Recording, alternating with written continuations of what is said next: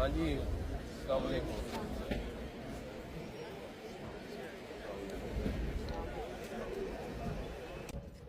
ये जितने साथी यहाँ पे बैठे हुए हैं, ये एक चीज नोट कर लें, कल आप लोगों ने मैच, आपके जो कंपनी वाले हैं वो आपको बताएंगे, कल आप सारे लोगों ने मैच हमारे साथ देखना है इंशाल्लाह ताला।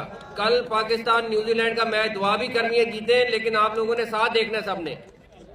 उसमें LWMC MCL के लोग, जो LWMC और MCL के जो लोग हैं और PHA जिन्होंने आखिरी दिनों में आके इसको बिल्कुल क्लियर किया है, वो भी इंशाल्लाह कल साथ मैच देखेंगे। उनका भी काम, क्योंकि उसमें बहुत हिस्सेदार है। Thank you.